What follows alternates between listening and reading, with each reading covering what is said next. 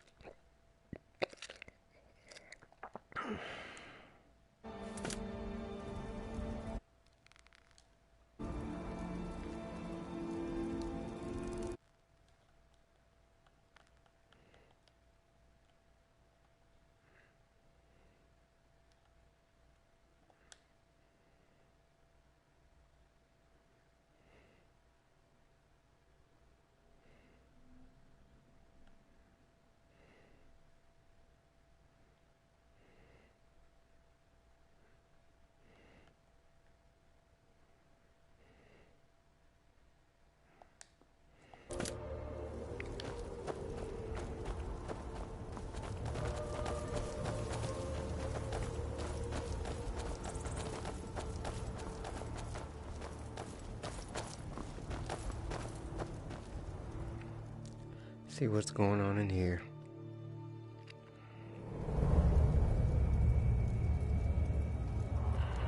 With no horse.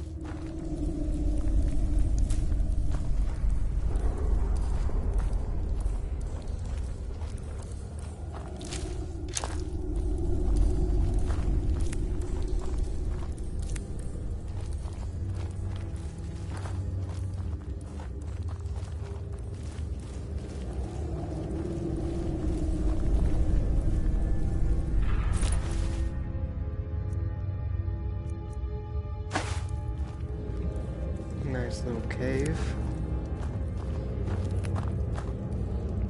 Dang, they're getting ready to eat this dude. They storing this dude like a potato. Still here.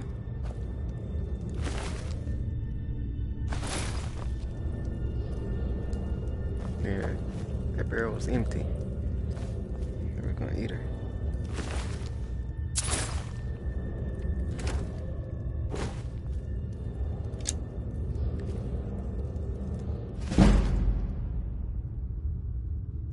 My favorite archery.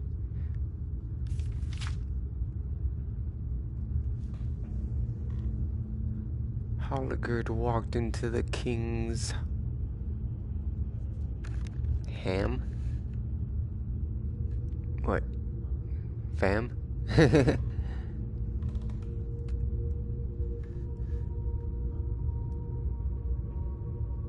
Yeah, it looks like it says. Oh, that Lord us. Oh, okay.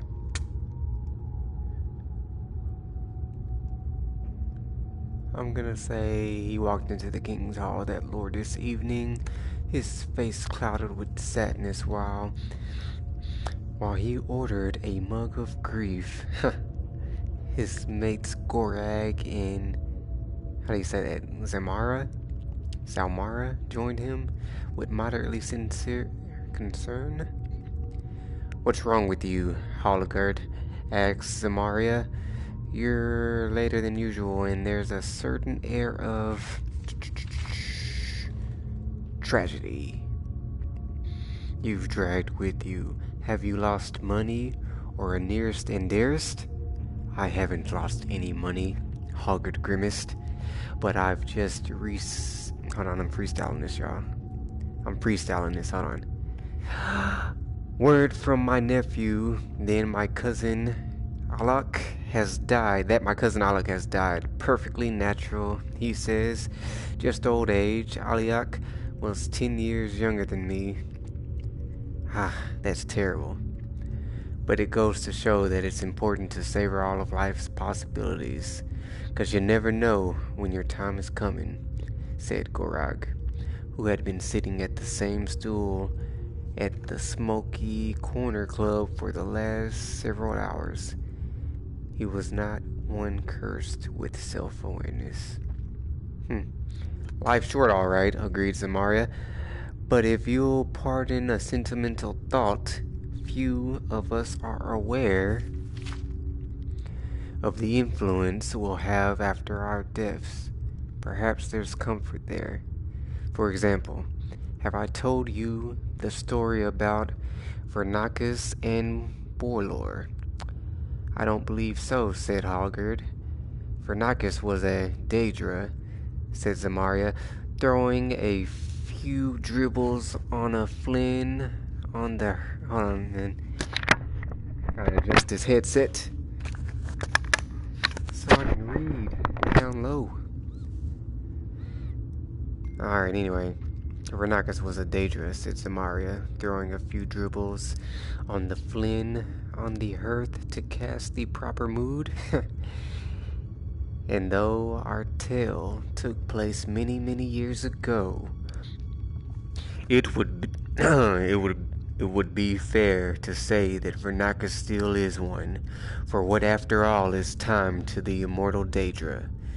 Actually, Garag interrupted, I understand that the notion of immortality. I am trying to offer our friend an inspirational tale in his hour of need. Zamaria growled, I don't have all bloody night to tell, if you don't mind.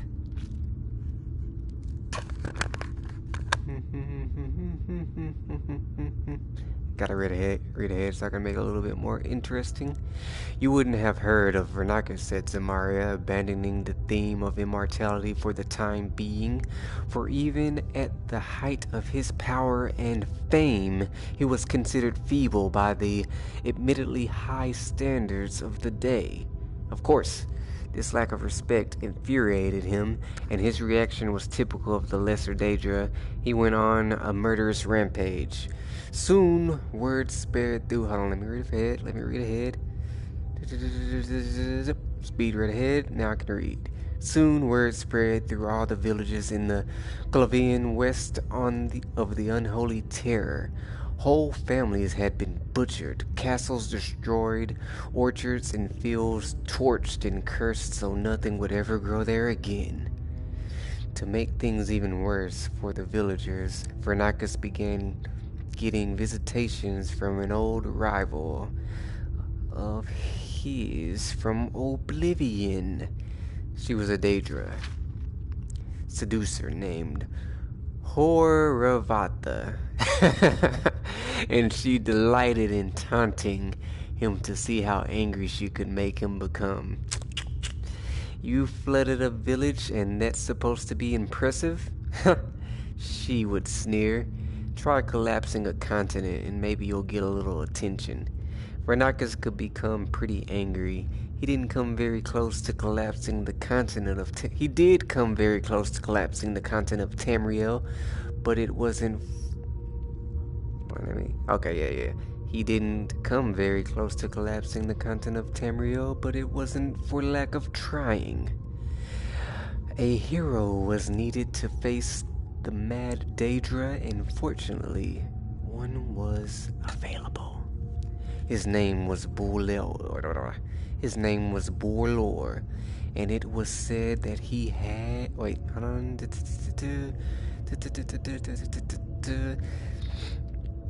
His name was bourlor, and it was said that he had been blessed by the goddess Kainareth. I haven't heard it said yet. That was the only explanation for his inhuman accuracy with his bow and arrow, for he never missed a target. As a child, he had driven his marksmanship's tutors wild with frustration. They would tell him how to plant his feet. He took a knock. Wait, how to nuck a bolt, the proper grip for the cord, the best method of release. He ignored all the rules, and somehow, every time, the arrow would catch a breath of wind and sail directly to his target. It did not matter if the quarry was not moving or still. It at very close range or miles away. Whatever he wanted to strike with his arrow would be struck. Bourlor answered the call when one of the village's mayors begged him for help. Unfortunately, he was not as great a horseman as he was an archer. As he rode through the forest toward the mayor's town, a place called Even Sakun, Vernacus was already murdering everyone there. Horvatha watched and stifled back a yawn. Murdering a small town mayor isn't going to put you in famous company, you know? What you need is a great champion to defeat. Someone like Visgrumor or Delineo Whitestroke. Or she stared at the figure emerging from the forest. That fellow. Who's he? Growled Vernacus, between bites of the mare's quivering body. The greatest archer in Tamriel. He's never missed. Bourlor had... Don't let these women hype you up, or these men hype you up. Whoever trying to hype you up, don't let them hype you up. Bourlor had his bow strung and was pointing it at the Daedra. For a moment, Vernacus felt like laughing. The fellow was not even aiming straight, but he had a well-honed sense of self-preservation. There was something about the man's look of confidence that convinced the Daedra that Horvatha wasn't lying. As the bolt left the bow, Vernacus vanished in a sheet of flame. The arrow impaled a tree. Bourlor stood and stared. He had missed a target. In oblivion, Vernacus raged. Fleeing before a mortal man like that, not even the basest scamp would have been so craven. He had not even the base. I might have to use that. Not even the basest scamp would have been so craven. He had exposed himself for the weak, cowardly creature he was. As he considered what steps to take to salvage the situation, he found himself face to knee with the most fearsome of the Daedra princes, Molag Bal. I already have his mace, y'all. I never thought anything much of you, Vernacus, the giant boomed. But you have more than proven your worth.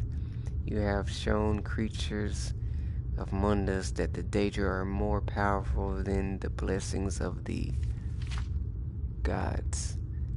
The other denizens of Oblivion quickly agreed, as they always did, with the view of Molag Bal. The Daedra are, after all, always very sensitive about their various defeats at the hands of mortal champions. Vernacus was proclaimed the elusive beast, the unpursuable one, he who could not be touched, the bane of Cainarath. Shrines devoted to him began to be built in the remote corners of Morrowind and Skyrim. Bourlor, meanwhile, now found flawed, was never again called to rescue a village. He was so heartbroken over his failure to strike his target that he became a hermit and never restrung his bow again. Some months later he died, unmourned and unremembered. Dang, you missed once. And the god is praised by the other gods for fleeing. Oh man, the gods are so wise because they knew in doing that defeated him. Man, yeah, the gods knew that was the defeat. Dang. Is this really the tale you thought would cheer me? Asked Halgerd incredulously. I've heard the King of Worms told more inspirational stories. Wait, smiled Samara. I'm not finished yet. For a year's time, Vernacus was content to watch his legend grow and his fledgling worship spread from his home in oblivion. He was, in addition to being cowardly and inclined toward murderous rages, also a very lazy creature. His worshippers told tales of their master avoiding the bolts of 1,000 archers, of moving through oceans without getting wet, and other feats of avoidance that he would rather not have to demonstrate in person. The real story of his ignominious retreat. Ignominious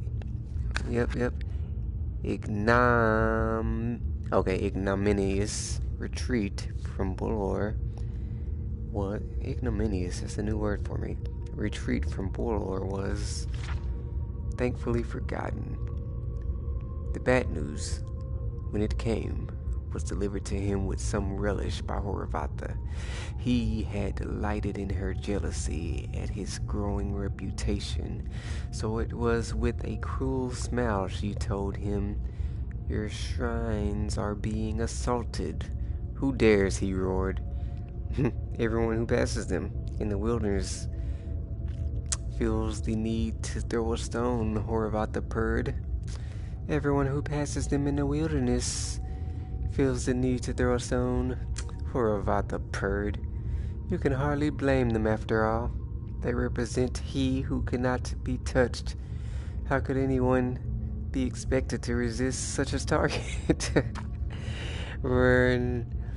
Vernacus peered through the veil into the world of Mundus and saw that it was true.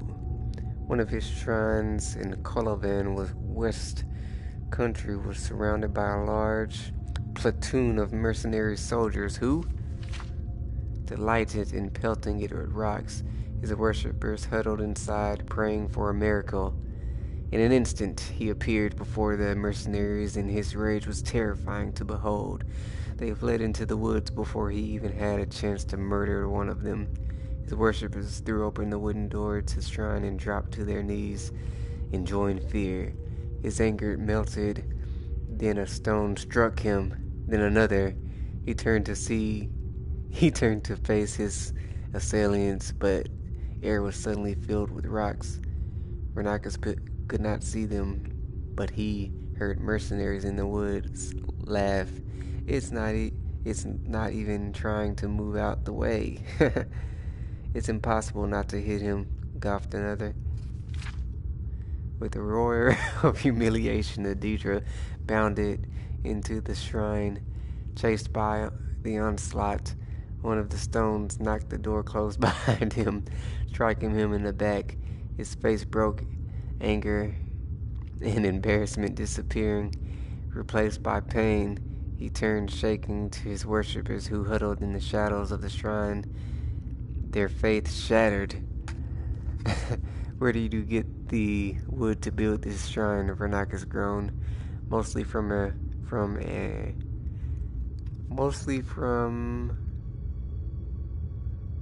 the and is throwing me off. The and is only supposed to be used in front of a vowel for the flow. "Mostly from a copse of trees near the village of Evansacone." His high priest shrugged. Vernacus nodded. He dropped forward, revealing the deep wound in his back. A rusted arrow burrowed in the horror in the wood of the door had jolted loose in the assault and impaled him. The Deidre vanished in a whirlwind of dust. The shrines were abandoned shortly thereafter, though Vernacus did have a brief resurgence as the patron spirit of limitations and impotence before fading from memory altogether. The legend of Bourlor himself never became very well known either, but there are still some who tell the tale, like myself, and we have the advantage of knowing what the great archer himself didn't know. On his deathbed, his final arrow found its target after all. Dang.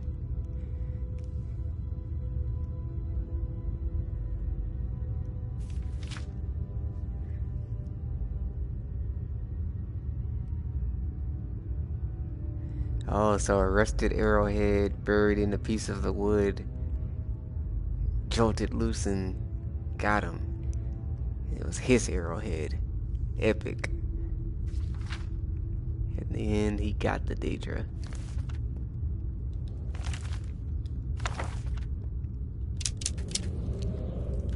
That was pretty cool. Good story by Skyrim. And I think it's a good time to end this one.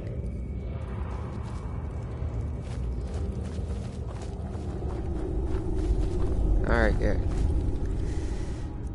We're getting out of here.